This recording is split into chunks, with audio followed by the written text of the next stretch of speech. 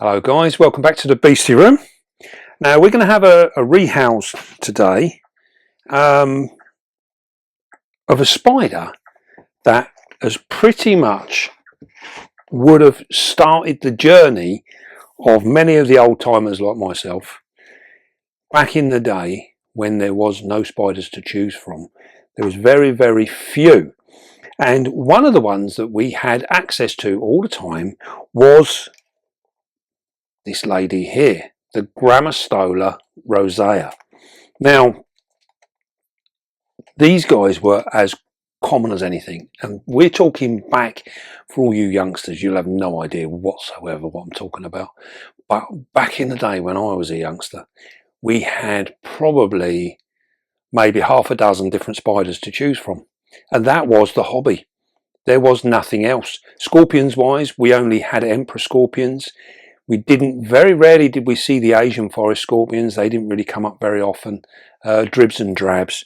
But we had the rosea and a number of others, mainly the smithies, so the Mexican red knees. This is when we're talking about the true smithies.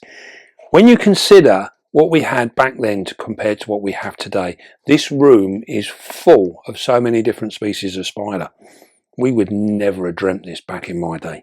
So a massive change. Now we happen to have this one coming to the collection, and I thought it'd be rather nice to actually do one. We've had them before, but we've never covered them in a video, so I thought it'd be really nice to do something.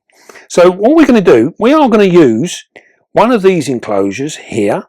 Now this is a custom aquaria tank, and again, this is like going back in time, because custom aquaria have been around for as long as I can remember too. They were one of the very first custom built enclosures for inverts, for spiders and things. So we really are taking a trip down memory lane. It's quite amazing actually. I'm getting quite nostalgic.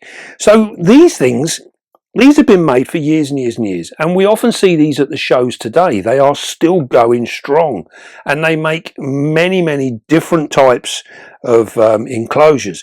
Now, as you will know, I'm not one for really promoting stuff as such, but I've got to say, out of all the different glass enclosures that are out there, following, and many of them have followed this exact design that has been going around for years, very few of them are actually made to the same quality that the custom aquaria ones are. These are really strong enclosures, and they last the test of time. We've got them old ones that we've had kicking around for many years, and I know many of the old timers like myself have got loads and loads of these up on the shelves. They really are a nice tidy enclosure for something that's fairly simple, but they do weigh a little bit because they're all glass. But as you know, I prefer glass over anything else. Now, what we're going to do now, the rosea, the commonest of all spiders back in the day, was an arid living thing. Now, these guys come from Chile, and they like it in really dry, fairly warm scrubland. But saying that, they will go down to very cool temperatures, because in Chile it gets really cold at night. So they are very good at dealing with a wide range of temperatures. It's all right, I'm just looking for a tub. Now, what we got here, we got some stuff here that this has all been mixed up from old enclosures, so we're reusing it all again. And you know, we do quite a bit of that. We actually use quite a lot of reuse quite a lot of this stuff. And yeah, you go, there's even Mario worms in this, complete with Mario worms. Look at that. We'll get rid of them for the moment. We don't need them. So we'll get a bit more of this. Now this has got a mixture of cocoa, potting compost. We've got some nice leaves in there as well, just to give it a little bit of substance. We'll stick a little bit more in there. Now these guys, well, they are a terrestrial spider, so they live up on the surface. That being said, they will burrow down as well. So they'll go into like a shallow burrow. They don't do nothing too amazing. So all we're gonna need now is a couple of simple pieces of bark, and this is just to give our spider a little somewhere to hide away. And we'll put a little bit of this in here as well. So what we're doing is we're just looking at giving our spider some options so that it can tuck itself away should it want to. That being said, these guys will and do spend an awful lot of time out on show all the time. Now we've got some fake plants here as well, so we're going to put them in there and all. You don't see us using these very often, do you? We're just going to have a little bit of fake plant. Now this is just to give it a little bit of something extra, really. Give it a little bit of colour, make it look a bit pretty. Nothing else more than that. We're going to get our water bowl. Now although these guys are an arid species, they do enjoy a little bit of water. So we're going to have a fairly large water bowl in there. Put that in there like that. What we need to do is just give that front glass a little bit of a wipe, because it's been a bit dusty, this stuff. So we'll just give that a little clean up like that. Empty that bit of dust out. There we go. Nice and simple. Doesn't really need any more than that. Now, although these are an arid spider, they do enjoy a little bit of humidity as well. So around about 50–60% is plenty. That will keep them really, really happy. It's the time we had a look at our spider, I think. Now have a look at this. Now this is the rosea red form. And just look at that. Absolutely beautiful colouring. You can see the sheen there on the abdomen. Hopefully the camera picks it up. Now these guys are, like I say, one of the mainstays of the hobby back in the day. And we don't see them so much now. And it's funny because they have gone full circle. They've gone from being the most commonest thing ever kept to now we see very, very little of them. Now, back years ago, these were as cheap as chips. Now, they actually demand quite a high price. And to see a nice red one like this, it just increases in their prices. So, the prettier they are, the more expensive they become. This is an adult female. We also have a young male as well, although he's a long way from maturing yet. Now, one of the things that's often said about these guys is, here we go, we're on the move now. Look at that. Look at that beautiful colouring.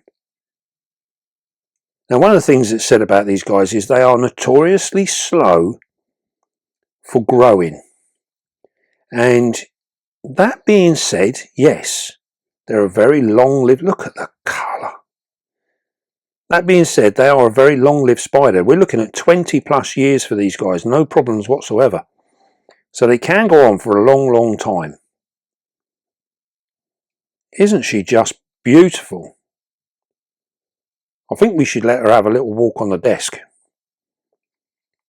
So we'll let her come out, just so you can get to see the absolute beauty of this spider. Now, generally speaking, they're not a skittish, fast spider. They're quite relaxed. They're not defensive in any way, although you do need to be careful. There is the odd one, although they're classed as a beginner spider, there is the odd one that can be a little cantankerous. So always be careful if you're ever tempted to pick them up. This is one of them spiders that you can pick up and handle should you so wish to. We don't really see the need in handling as such. If it decides to climb out and it, ends up on your hand, then no big deal. But we don't feel the need to actually get them out and play with them. So there is a difference.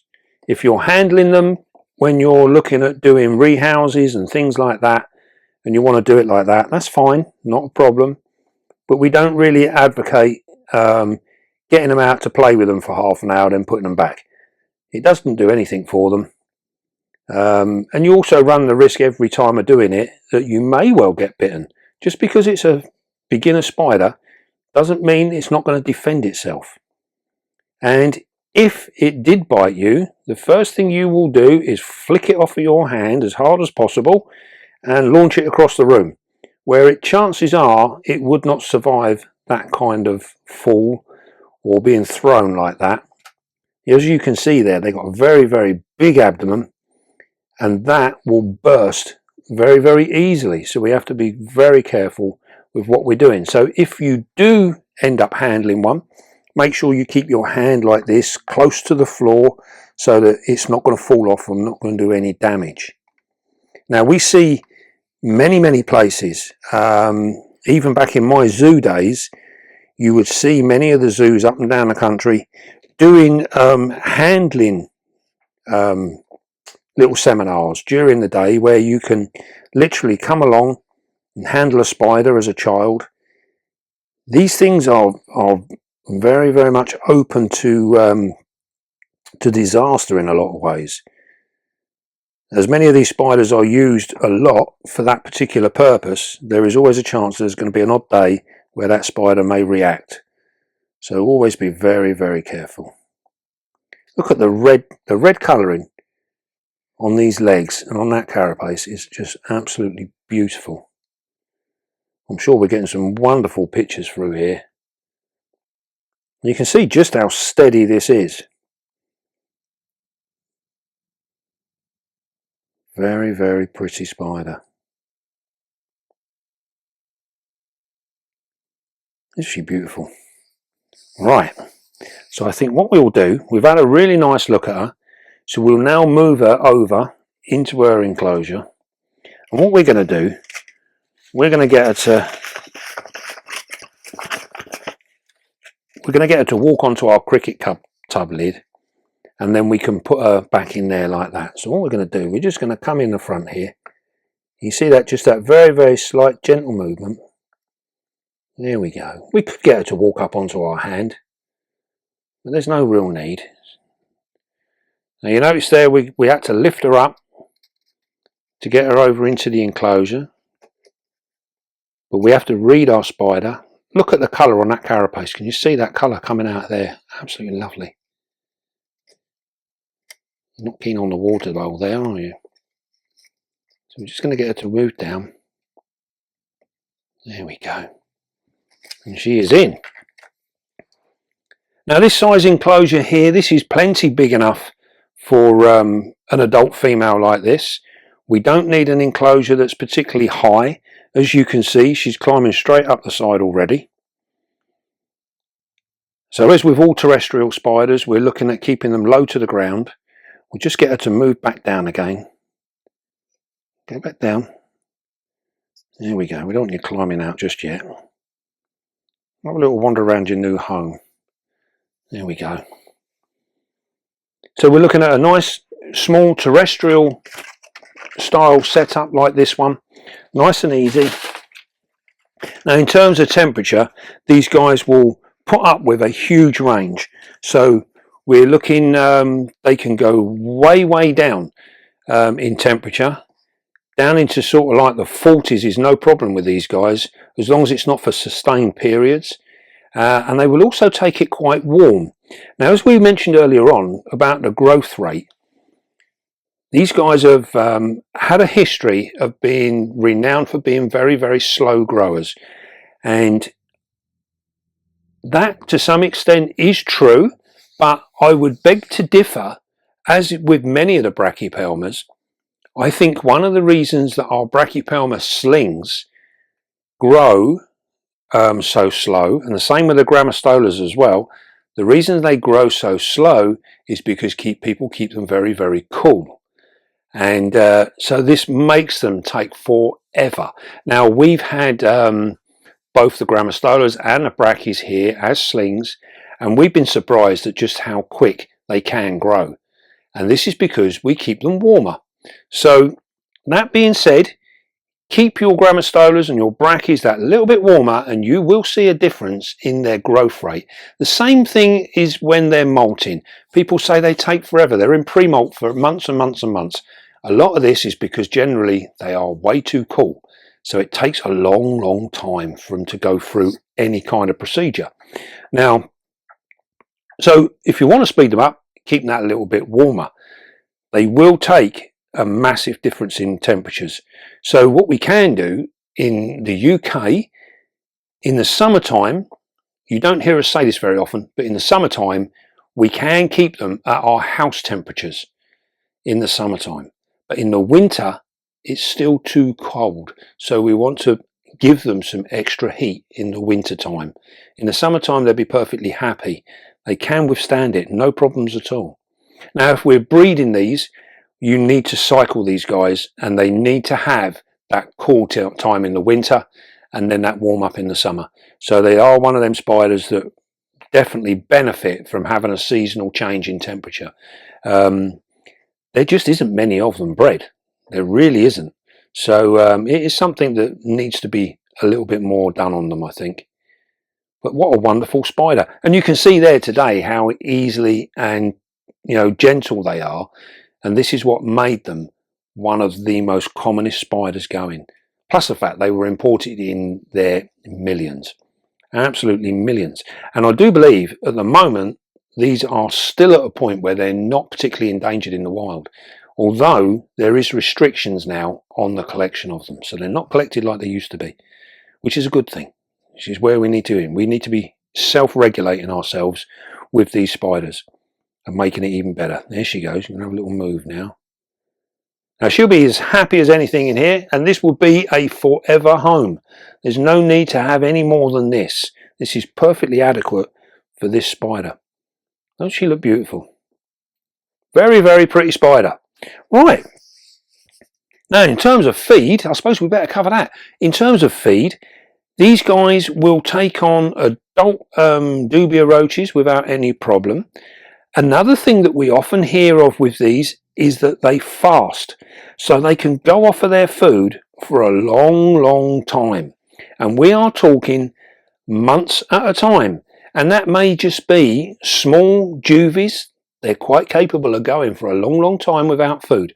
Always make sure they've got water, but food wise they can fast forever, and this can be worrying to new keepers, beginners, because you often, you go on Facebook and everyone's like, oh, look at my spider feed. Look at this one feed. Oh, it's feeding all the time. And then your one sits there and says, no, I don't want nothing to eat.